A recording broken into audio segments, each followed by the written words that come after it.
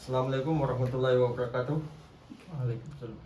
Perkenalkan, nama saya M. Farhan dengan NIM 555. Di sini saya akan memenuhi tugas UAS dari dosen pengampu Pak Bayu.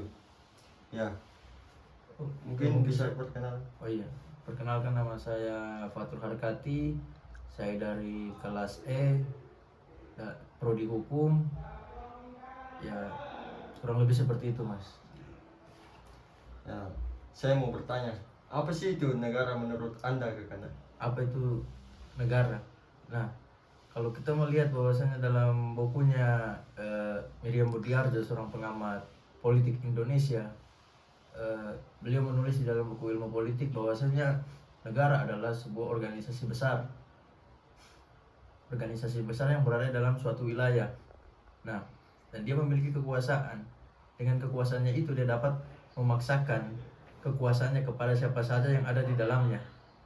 Dan termaksud juga organisasi ini bisa menentukan atau menetapkan tujuan daripada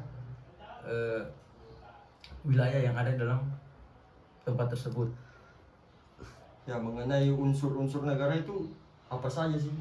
Mengenai dengan unsur-unsur negara itu, yang pertama, syarat mutlaknya adanya suatu negara itu wilayah. Bagaimana kita bisa mendirikan negara tetapi kita tidak memiliki wilayah? Nah, dalam wilayah ini dibagi menjadi 3, yaitu daratan, lautan, udara. Tetapi ketika saya belajar lagi, saya menemukan bahwasanya ada satu lagi wilayah yang dimaksud, yaitu ekstrateritorial. Misalnya seperti kayak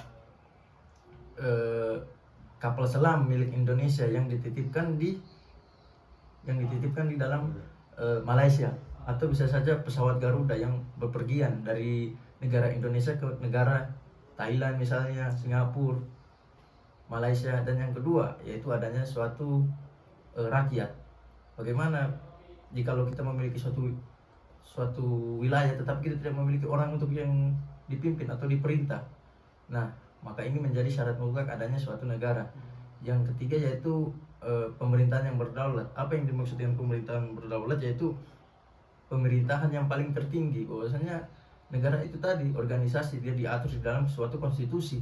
Nah, dalam hal ini bahwasanya memang dalam negara itu memang harus ada aturan-aturan yang mengatur di dalam negara tersebut, yaitu berupa konstitusi yang ada di negara kita. Misalnya contoh sebagai ground norm atau norma dasar yang ada di Indonesia, misalnya kayak Pancasila, induknya para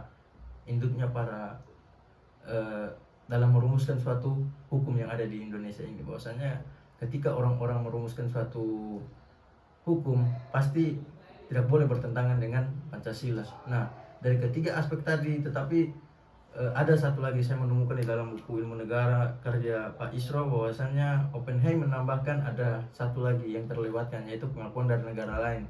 Nah, pengakuan dari negara lain ini terbagi lagi, misalnya de facto, yaitu pengakuan dari negara luar. Misalnya kayak di Indonesia sebelum merdeka, bahwasanya negara Indonesia ini diakui oleh negara Mesir pada saat itu, yaitu untuk sebagai improve, pembuktian bahwasanya negara ini adalah negara yang sudah merdeka.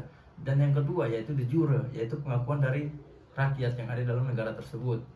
Baik, kurang lebih seperti itu, Mas. Pertanyaan selanjutnya, kenapa sih pentingnya adanya suatu negara itu? Nah, pentingnya adanya suatu negara itu, kalau saudara pernah mendengar itu Homo homini lupus, yaitu manusia adalah serigala bagi manusia lain. Bahwasanya kita mengetahui sifat dari serigala. Serigala itu memiliki sifat yang buas. Nah, bahwasanya manusia juga memiliki sifat yang buas, tetapi dengan adanya suatu negara itu untuk membatasi tingkat-tingkat buas dari manusia tersebut. Nah, ada lagi kayak misal pentingnya adanya suatu negara, yaitu untuk menentukan suatu tujuan dari orang-orang yang ada di dalam negara tersebut, untuk memenuhi sandang, papan, pangan dari masyarakat tersebut. Bahwasanya negara ini memang betul-betul sangat berguna sekali bagi umat manusia. Kita lihat sekarang ini di dunia ini, apakah ada suatu wilayah kosong tanpa adanya suatu negara? Tidak mungkin. Karena sebenarnya negara sebagai alat akomodasi yang digunakan oleh manusia untuk bertahan hidup pada saat ini.